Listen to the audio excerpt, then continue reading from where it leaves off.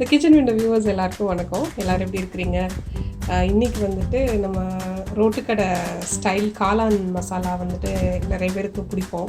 சரி, அது வந்து அதை இன்ஸ்பயர் பண்ணி ஒரு சின்னதாக பண்ணி பார்ப்போமே அப்படின்னு சொல்லிட்டு ஒரு ட்ரை. நான் வந்து இன்றைக்கி இதை எடுத்துகிட்ருக்கேன், முட்டைகோஸ் எடுத்துருக்கேன். இது ஒரு கப் போல் முட்டைகோஸ் எடுத்துருக்கிறேன். காளான் வந்து கொஞ்சம் நிறைய போட போகிறேன். இல்லை சரிசமமாக போடலாம், இல்லை காளானுமே இல்லாமல் வெறும் முட்டைகோஸில் மட்டுமே இதை காளானை விட்டு தவிர்த்துட்டு மற்றதெல்லாம் ஆஸ் யூஷுவல் செய்யலாம். ஸோ நான் வந்து ஒரு கப்பு முட்டைகோஸும் ஒரு 1.5 கப்பு போல் காளானும் எடுத்து வச்சுருக்கேன். நல்லா முடிஞ்ச வரைக்கும் நான் சாப்பரில் போட்டு பொடிசாக சாப் பண்ணிட்டேன். ஸோ இது ரெண்டையும் ஒன்றா சேர்த்துட்றேன். இதுக்கு வந்து ஒரு 1/2 கப்லேருந்து 3/4 கப்பு, 1/2 கப்பு கொஞ்சம் கூட, 3/4 கப்பு கொஞ்சம் கம்மியாக வந்துட்டு மைதா மாவு எடுத்து வச்சுருக்கேன். அதையும் சேர்த்துட்றேன். கூடவே ஒரு 1/4 கப்பு போல் சோள மாவு அதையும் சேர்த்துக்கிறேன். கார்ன்ஃப்ளவர் மாவு, ஒரு 2 டேபிள் ஸ்பூன் அளவுக்கு அரிசி மாவு. இதுக்கு நம்ம மசாலா என்னென்ன இப்போ சேர்த்துடலாம் அப்படின்னு பார்ப்போம். காரத்துக்கு தகுந்த மாதிரி அவங்கவுங்களுக்கு இது மிளகாய் பொடி போட்டுக்கலாம். நான் இப்போ ஒரு 1.5 டீஸ்பூன் போடுறேன். கொஞ்சம் கலருக்காக காஷ்மீரி மிளகாய் பொடி, ஏன்னா இதில் நான் கடையில் வந்து அந்த கலர் பொடி போடுவாங்க, கலர் பொடியெலாம் இல்லாமல் வெறும் காஷ்மீரி மிளகாய் போடுறேன். அப்புறம் வந்து மல்லித்தூள் வந்துட்டு ஒரு 2 டீஸ்பூன், இஞ்சி பூண்டு பேஸ்ட்டு ஒரு 2 டீஸ்பூன். நம்ம இந்த வீட்டில் செய்வோம்ல கறி மசாலா, பட்டை கிராம்பெல்லாம் நம்ம போட்டு செய்வோம் இல்லையா, ஸோ அந்த கறி மசாலா வந்துட்டு ஒரு 2 டேபிள் ஸ்பூன் எடுத்துக்கிறேன் நான். இதில் தான் இதை நம்ம வந்து அது போக முக்கியமாக உப்பு வந்து எவ்வளோ தேவையோ அவ்வளோ போட்டுக்கலாம். ஸோ இது எல்லாமே நம்ம வந்து ஒன்றா வந்துட்டு பிரட்டிடுவோம். காளானில் அதில் தண்ணி லேசாக விடும், அதை பார்த்துட்டு நம்மளுக்கு எவ்வளோ தண்ணி தேவையோ அதை போட்டு நம்ம தண்ணி சேர்த்து பிசைஞ்சிக்கலாம். தண்ணி நிறையா ஊற்றிடாமல், பாருங்க நான் எந்த தண்ணியுமே ஊற்றலை, இந்தளவுக்கு வந்துடுச்சு. தண்ணியை லேசாக தொளிச்சிட்டு திரும்ப பிசறிக்க போகிறோம்.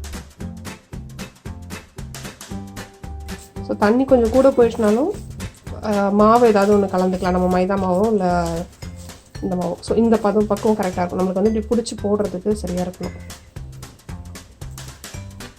ஒரு நிதானமாக தான் போட போகிறோம், பெருசாக இதில் ஷேப்லாம் எதுவும் தேவைப்படாது. ஸோ இந்த அளவுக்கு போதுமான அளவாக இருக்குது எனக்கு. ஸோ இப்போ எண்ணெய் நல்லா காய வச்சுருக்கேன். இந்த மாவு பெசரி வச்சுருந்தோம் இல்லையா, முட்டைகோஸ் இந்த காளான் போட்டு அதையும் எடுத்து வச்சுருக்கேன். நல்லா திக்காக இருக்குது. இது நம்ம கொஞ்சம் உளுத்து விட்ட மாதிரி பண்ணலாம், அப்படி இல்லைன்னா தட்டையாக நம்ம வந்துட்டு வடை மாதிரி போட்டு எடுத்துக்கலாம். பட் மொத்தமாக போட்டுறாதீங்க, வேக லேட் ஆகும். நல்லா எண்ணெய் சூடானதுக்கப்புறம் போட்டு எடுத்துக்கலாம்.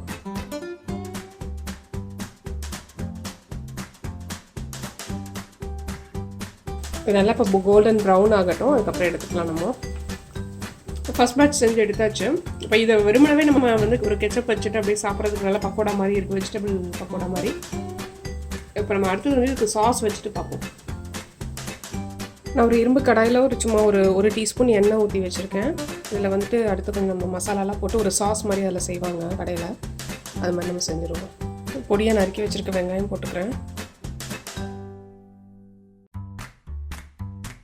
இந்த சாஸுக்கு தேவையான உப்பு போட்டுடலாம். கூடவே கொஞ்சம் மிளகாய் பொடி, மல்லிப்பொடி, மட்டன் மசாலா,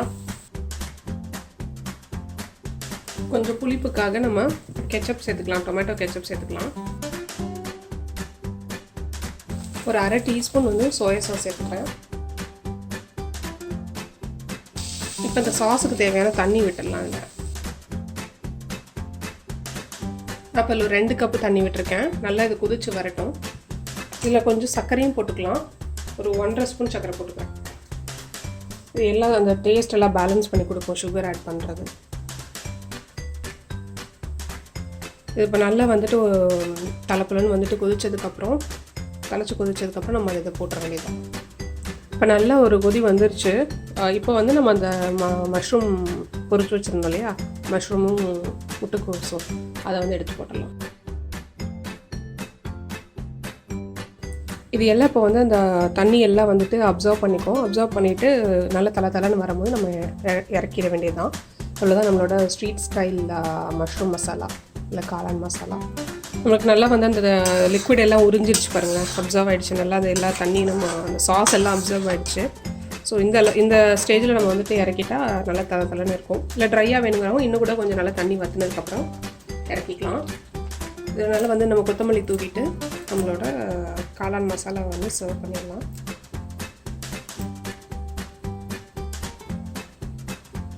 வீடியோ சப்ஸ்கிரைப் பண்ணாதவங்க சேனலுக்கு சப்ஸ்கிரைப் பண்ணாதவங்க சப்ஸ்கிரைப் பண்ணிக்கோங்க. கூடவே பெல் ஐக்கனையும் ப்ரெஸ் பண்ணிட்டீங்கன்னா அப்புறம் எல்லா வீடியோக்கான நோட்டிஃபிகேஷன் உங்களுக்கு உடனே வந்துடும்.